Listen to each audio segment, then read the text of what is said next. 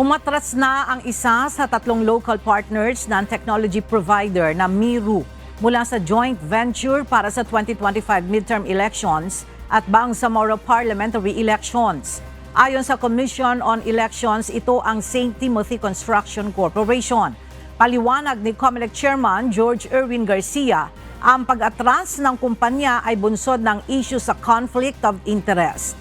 Nakarating sa COMELEC ang impormasyon na ang mga may-ari ng kumpanya ay gustong tumakbo sa paparating na halalan.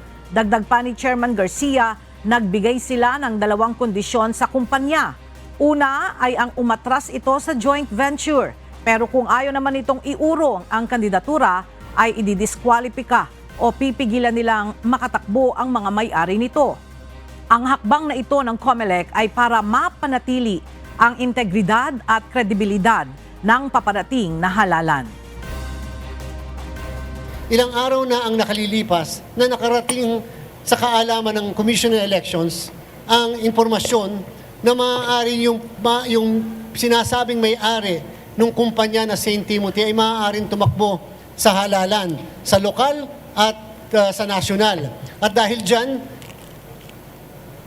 kinonvey ng Commission and Bank ang sentimiento niya sa kanila, sa Miru at ang kanilang mga partners na sinasabi natin na we will not allow that the integrity of our election will be questioned.